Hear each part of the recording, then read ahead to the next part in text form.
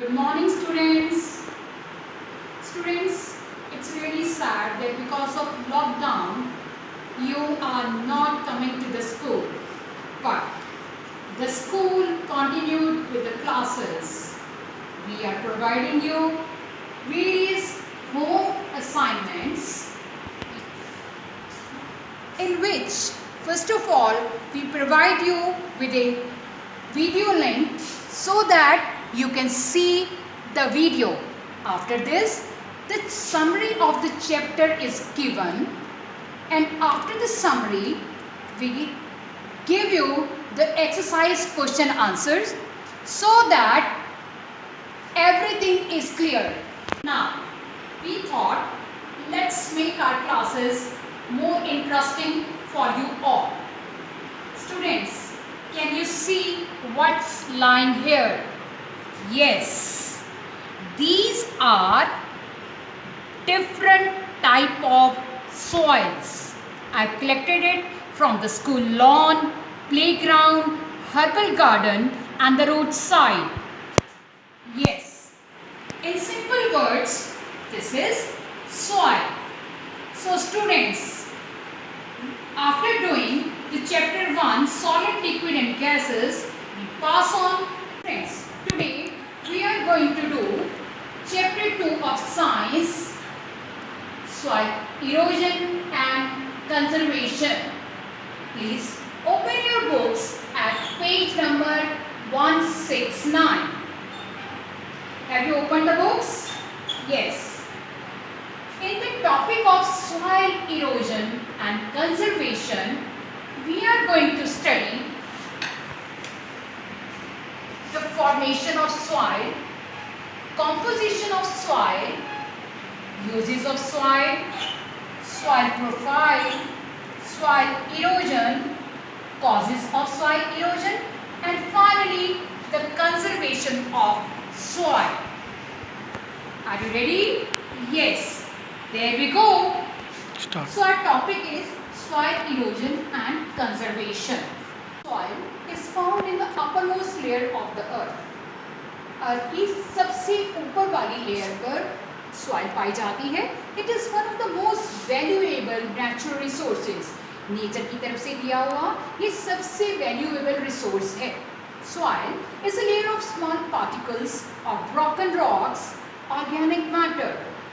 Children, you can see the organic matter is made up of dead remains of plants and animals, whatever are lying on this soil, and minerals along with some amount of water and air.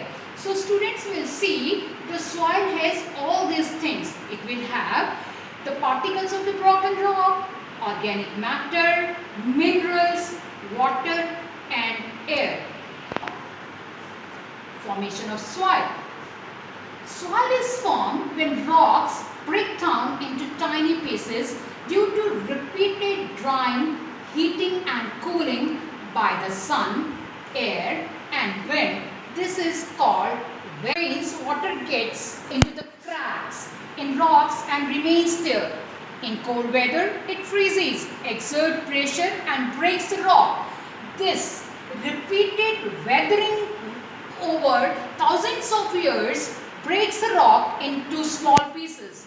This results in the formation of soil. Soil formation is a slow, long and a continuous process. Students, you can see the rocky surface of the earth gets heated by the sun. Then comes the rain, which cools the rocky surface. Now, because of this repeated heating and cooling, there appear cracks on the surface of the rock. Now, the flowing water and the roots of the plant, they frozen the water into the pieces. Students, what happens? In the cracks, the water freezes. And you know, students, it is the property of the water when it cools and forms ice, it expands. As a result, the cracks widen and break the rock into small pieces. Next, let's pass on to the composition soil is made up of gravels, sand, clay and humus.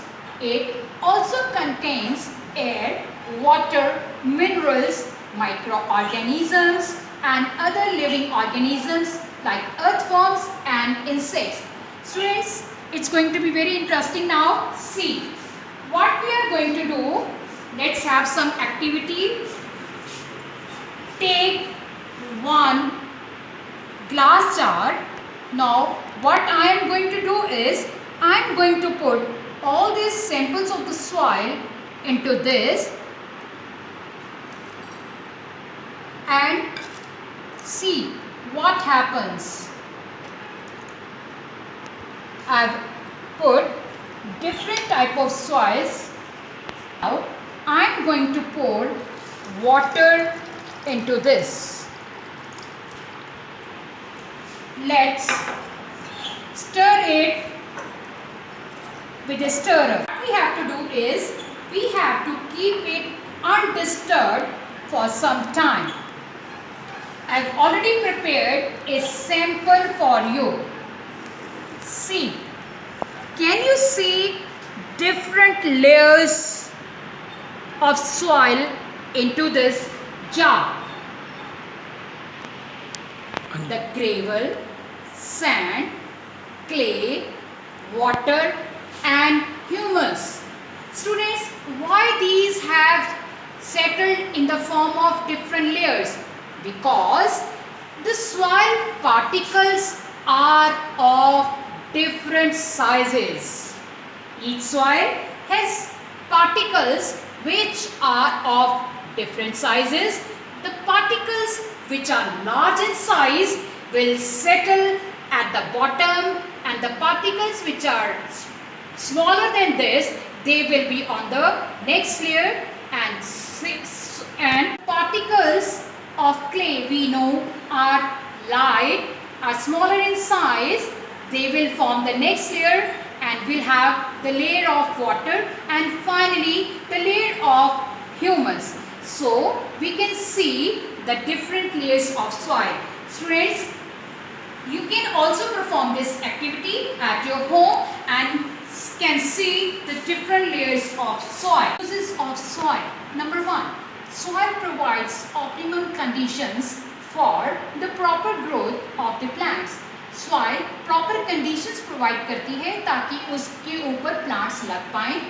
कई तरह के जो foods हमें पौधों से मिलते हैं, वो सारे पौधे सॉइल पे ही ग्रो करते हैं. Number 3, soil helps in storage of water. Soil पानी अपने अंदर स्टोर करती है. पानी सॉइल के नीचे अंडरग्राउंड वाटर के रूप में रहता है, जिसको कि हम ड्रिंकिंग पर्पस के लिए यूज कर सकते हैं. Number 4, the presence of micro organisms in soil makes it fertile.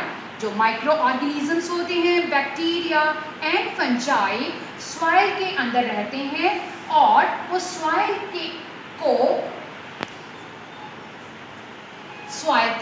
Fertile बनाते हैं.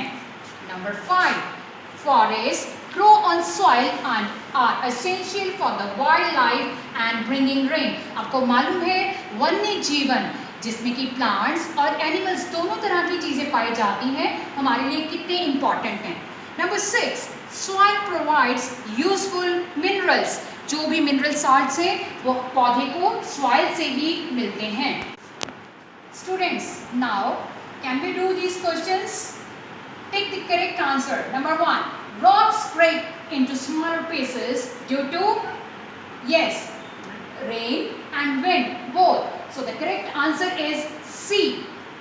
Next, which of the following is not a constituent of soil? Students, I told you clay and sand are the part of the soil, but plastic is not. So the answer is plastic, option C. Move on to soil profile. Soil is made up of different layers, as I have shown you through this activity. These layers contain particles of different size. Yes, that is why we have the formation of different layers. Layers of soil form soil profile. It has above the other. Yes. Students, as you can see in this diagram, if we see a vertical section of the soil, this is known as soil profile.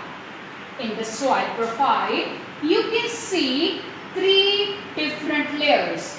Topsoil, the next is subsoil, and the lowermost is the bedrock.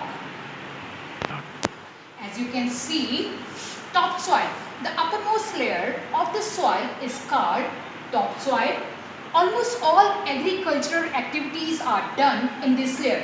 सारी की सारी जो हम agricultural activities करते हैं, यानी कि पौधे लगाते हैं, that is done in the topsoil. It contains tiny particles of sand, clay, humus, moisture, and air.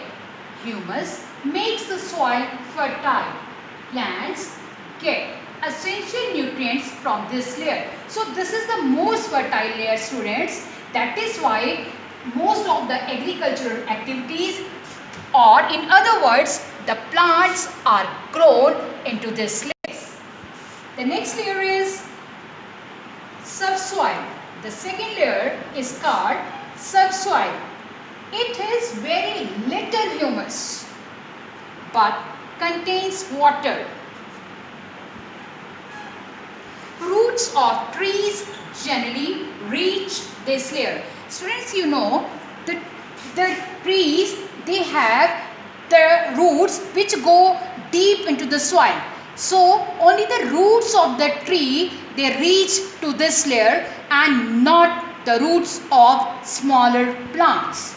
And the third layer is bedrock. The third layer has large pieces of rocks and is called bedrock. It is quite deep inside the earth. Soil erosion. Sometimes the topsoil is carried away by strong winds, washed away by heavy rains, or flowing river water.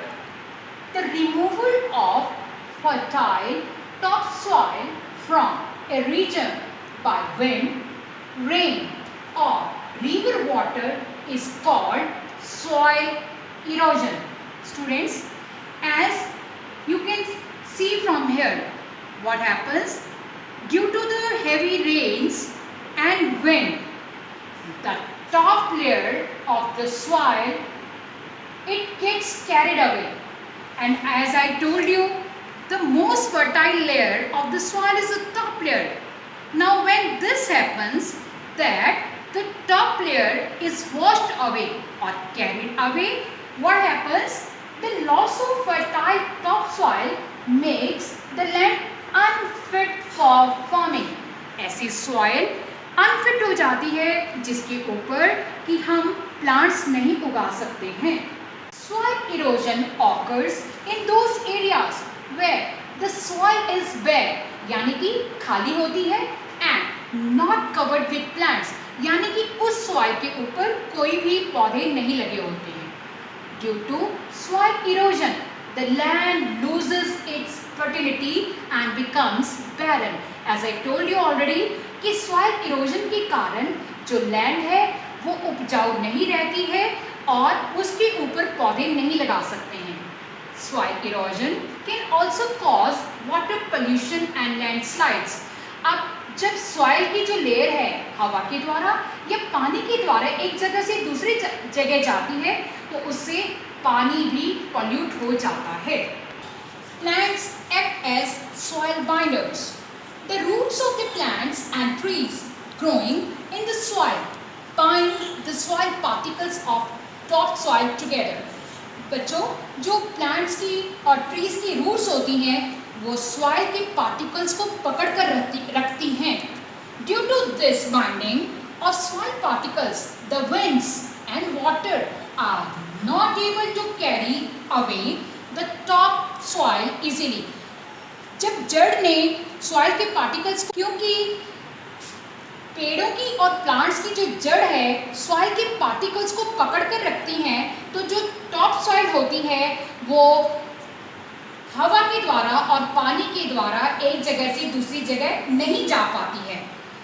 Hence, plants are very helpful in preventing soil erosion. They act as soil binders. Yes, अभी मैं आपको दिखाती हूँ कि ऐसा। Students, here this is the plant growing into the soil. I'll show you how the roots of the plant bind the soil.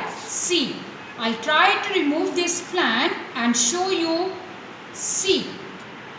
Can you see how the roots of the plants are binding the soil particles together?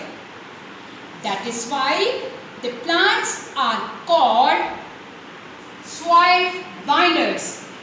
Causes of soil erosion, यानी कि soil erosion के कारण क्या हैं? The factors which are responsible for soil erosion are called the agents of soil erosion. यानी कि जो भी फैक्टर सॉइल इरोजन करते हैं हम उन्हें सॉइल इरोजन के एजेंट्स बोलते हैं।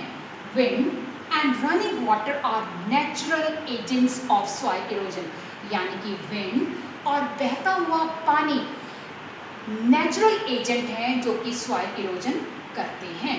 Number 1, running water. When it rains some rain water seeps into the ground. जब बारिश होती है कुछ पानी जमीन के अंदर चला जाता है और कुछ पानी भाप बन के उड़ जाता है।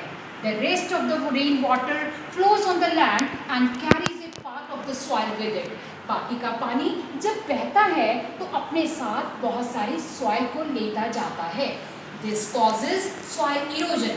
इसी को हम soil erosion कहते हैं। Soil erosion by water is more in hilly areas. Students, hilly area में सॉइल इरोजन ज़्यादा होता है क्योंकि by water is more in hilly areas. Hilly areas में सॉइल इरोजन ज़्यादा होता है क्योंकि पानी जो है ऊपर से नीचे की ओर बहुत तेज़ी से बहता है। Along with rain water, the topsoil of hills comes down into the rivers.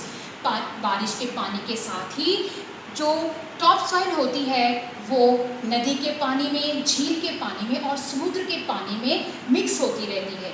Also the flowing water of a river causes soil erosion along the banks. इसके साथ ही जो बहता हुआ पानी होता है वो नदी के किनारों की तरफ भी सॉइल इरोजन करता है। ऑफ रिवर स्लोज डाउन, पानी का जो बहाव है धीमा हो जाता है।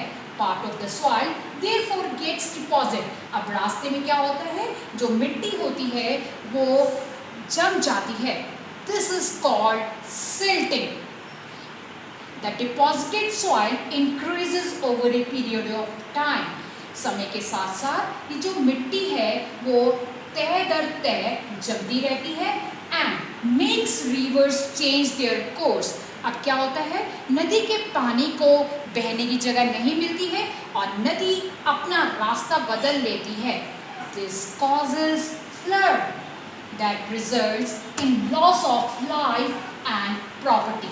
क्योंकि नदी अपना रास्ता चेंज कर लेती है और इस कारण से बहुत बार फ्लड्स आ जाती हैं और बहुत सारी लाइफ और प्रॉपर्टी का नुकसान हो जाता है। The effect of soil erosion by running water can be seen in Chambal Valley in Madhya Pradesh. बच्चों, मध्य प्रदेश में चंबल वैली के अंदर बहुत ज़्यादा soil erosion हुआ है। Here, the soil erosion caused by running water has made the area unfit for cultivation. इतना ज़्यादा soil erosion हुआ है कि वो एरिया अब कल्टीवेशन यानी कि कुछ भी उगाने के लायक नहीं रहा है। इसी तरह से the yellow river in China में एक येलो रिवर है which is known as sorrow of China. क्या है उसका नाम है सॉरो ऑफ चाइना, क्योंकि ये जो नदी है बहुत बार अपना रास्ता बदल लेती है और फ्लड आ जाते हैं जिसके कारण से जान और माल का बहुत नुकसान होता है। Agent is wind. In deserts and semi-deserts where grasses and plants are less, जिस एरिया में grasses और plant कम होते हैं, strong winds cause soil erosion. अब जब तेज आंधियां आती हैं तो वहाँ पर भी soil erosion हो जाता है। the strong winds blows away the top soil. अब जब तेज आंधी आती है अपने साथ टॉप लेयर और ऑर्गेनिक मैटर को एक जगह से दूसरी जगह उड़ाकर ले जाती हैं. Farmers get affected by it as manure too is blown away. अब क्या होता है, किसान लोग को बहुत नुकसान होता है क्योंकि आंधी अपने साथ मिट्टी के अलावा खाद भी उड़ाकर ले जाती है. Plants die because they lose their soil cover of roots. अब प्लांट्स को मिट्टी नहीं मिल पाती है और बेचारे प्लांट्स मिट्टी के बिना मर जाते हैं. Just now we discussed the water and the wind, which are the natural agents. Now we'll see बहुत बार ऐसी एक्टिविटीज भी होती हैं, यानी कि ह्यूमन एक्टिविटीज भी होती हैं जो कि सॉइल इरोजन का कारण बनती हैं. Many human activities also cause soil erosion. Some of these are as follows. कौन-कौन सी ह्यूमन एक्टिविटीज हैं बच्चों? Number 1, deforestation. Now what we are doing is we are cutting down trees every now and then. This is known as deforestation. Cut down a large number of trees for their requirement of wood. Human beings अपनी आवश्यकता के लिए, कभी लकड़ी की जरूरत के लिए, कभी अपने घर बनाने के लिए, बड़े शहर बनाने के लिए, सड़कें बनाने के लिए पेड़ों को काटते रहते हैं. Roots of trees hold the soil tightly. पेड़ों की जड़ें सॉइल को टाइटली जकड़ कर रखती हैं. When trees and plants are cut down, जब हम पेड़ों को पौधों को काट देते हैं, the top soil becomes loose. Soil loose हो जाती है. It can be easily carried away by strong winds or running water. अब loose soil को तेज आंधियां और बहता हुआ पानी अपने साथ ले जाता है और सॉइल इरोजन हो जाता है. You can see the deforestation. पेड़ों को काटने से सॉइल इरोजन हो जाता है. Next, over grazing. When grazing animals, जब हम एनिमल्स जैसे कि काउस, शीप और गॉट्स को ग्रेज करने के लिए यानी कि चरने के लिए एक ही ज़मीन पर बार बार छोड़ देते हैं तो क्या होता है, वो वहाँ की हरी घास को और पौधों को खा लेती हैं. As a result the soil becomes loose. अब उस सॉइल के ऊपर ना घास रहती है और ना पेड़ रहते हैं. It can be easily carried away by strong winds और रनिंग वाटर. और फिर उस सॉइल के ऊपर क्योंकि घास नहीं होती और पौधे नहीं होते हैं तो अब इस सॉइल को भी बहता हुआ पानी और विंड अपने साथ एक जगह से दूसरी जगह ले जाते हैं और सॉइल इरोजन हो जाता है. Number 3, flowing of hill sides. Flowing of land also leaves bare loose soil which causes erosion due to strong winds. अब क्या होता है, कई बार किसान लोग खेतों में हल चलाकर उसको खुला छोड़ देते हैं. As a result soil loose हो जाती है और जब भी तेज आंधी या पानी आता है तो अपने साथ सॉइल की टॉप लेयर को उड़ा लेता है और विंड इरोजन हो जाता है. Conservation of soil. Students, now we see कि कैसे हम अपनी सॉइल का संरक्षण कर सकते हैं, कैसे हम उसे बचा सकते हैं. Soil is very important natural resource and Nature took millions of years to form soil. बच्चों, soil को बनने में बहुत सारे साल लगते हैं. So we should protect the soil from its erosion. तो हमारी कोशिश रहनी चाहिए कि हम soil को erosion होने से बचाएं.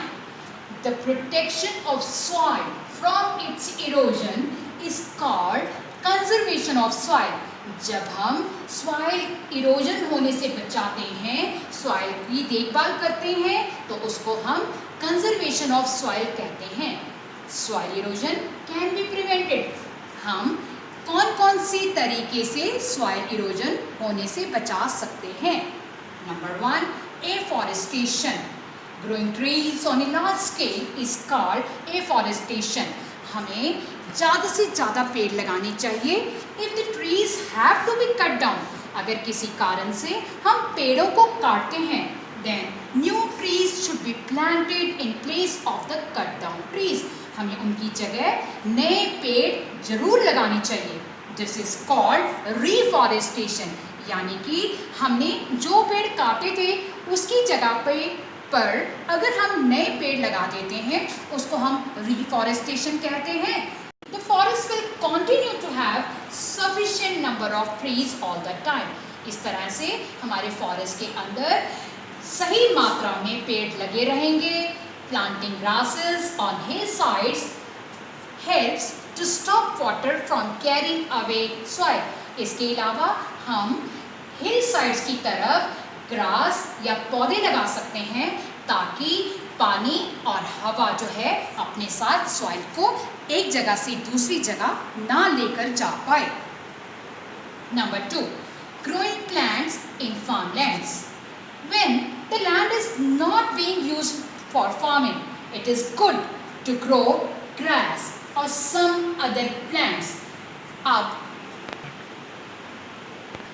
अब जब किसान लोग अपने खेतों से एक फसल को काट लेते हैं तो उन्हें क्या करना चाहिए कि farmers grow seasonal vegetables to protect the soil from erosion until the next crop is planted. तो वो क्या करते हैं, एक तरह की फसल की काटने के बाद farmers grow seasonal vegetables and pulses to protect the soil from erosion until the next crop is planted. Farmers क्या करते हैं किसान लोग कि एक तरह की फसल की कटाई के बाद वहाँ पर सब्जियाँ और दाल के पौधे लगा देते हैं ताकि सॉइल खुली ना रहे और उसका इरोजन ना हो। Growing bushes or trees along the edges of the farmland reduces soil erosion by reducing the speed of the wind. इसके अलावा क्या करते हैं, अगर हम फार्मलैंड के चारों तरफ झाड़ियाँ या कुछ पेड़ लगा देते हैं तो हवा की जो स्पीड होती है वो कम हो जाती है और हमारा सॉइल इरोजन होने से बच जाता है।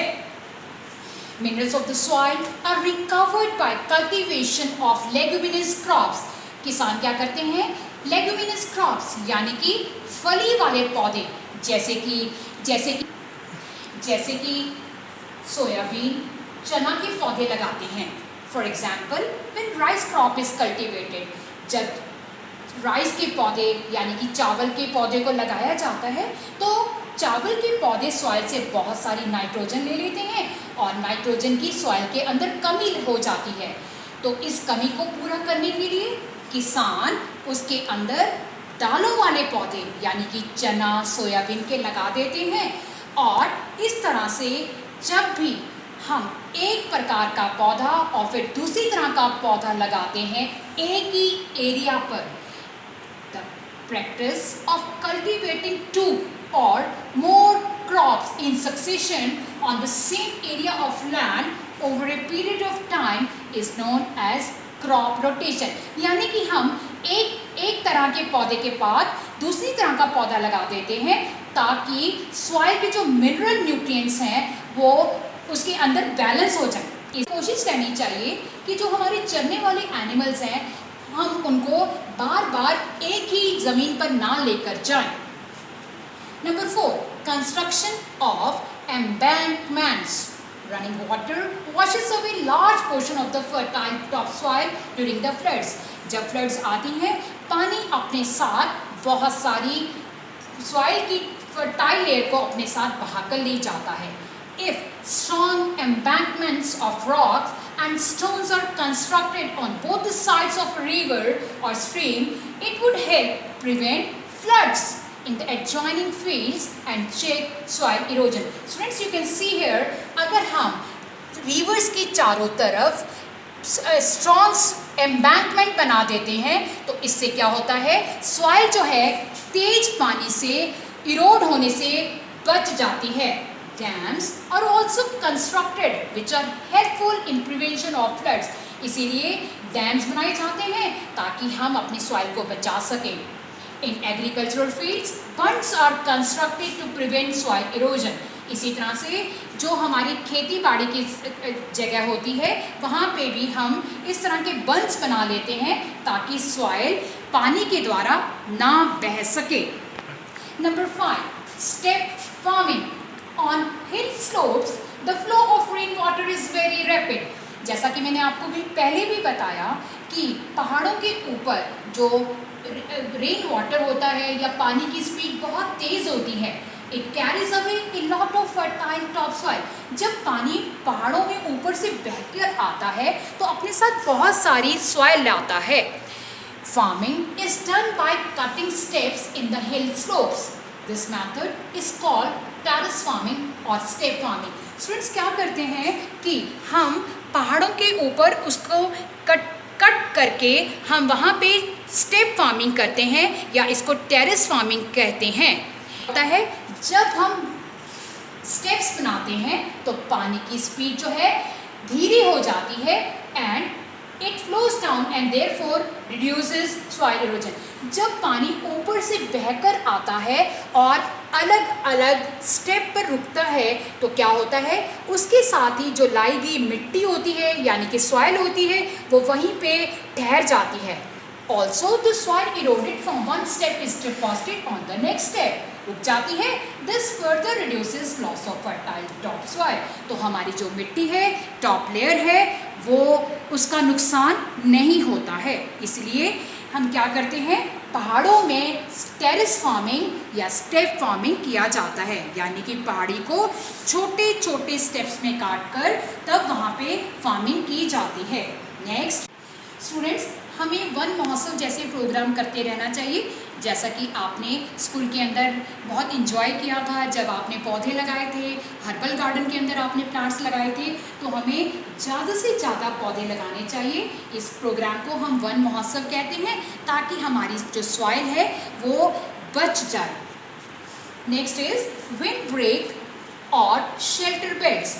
One or more rows of trees or shrubs are planted around the edges of fields on farms. क्या करते हैं कि खेत के चारों तरफ क्या करते हैं, हम एक या उससे ज़्यादा पेड़ों की या झाड़ियों की रोज लगा देते हैं। It provides shelter from wind and protects soil from erosion. अब क्या होता है, अब अगर बीच में पेड़ आते हैं तो हवा की स्पीड को रुकावट मिलती है और इस कारण से हवा जो है बहुत तेज स्पीड से नहीं आ पाती है अंदर की ओर और उससे क्या होता है, अपने साथ सॉइल को उड़ाकर नहीं ले जाती है। It is a type of afforestation program which is known as wind break और शेल्टर बेड। इनडायरेक्टली ये भी एक ऐसा प्रोग्राम है जिसको हम एफॉरेस्टेशन कहते हैं, क्योंकि विंड जो है वो पेड़ बीच में लगे होने के कारण विंड की स्पीड कट जाती है, कम हो जाती है और सॉइल इरोजन नहीं होता है। So students, here we finish with the chapter. I hope you must have understood everything. Now we will be sending you the assignments. I hope you will be able to do all the question and answer. Thank you and have a nice day.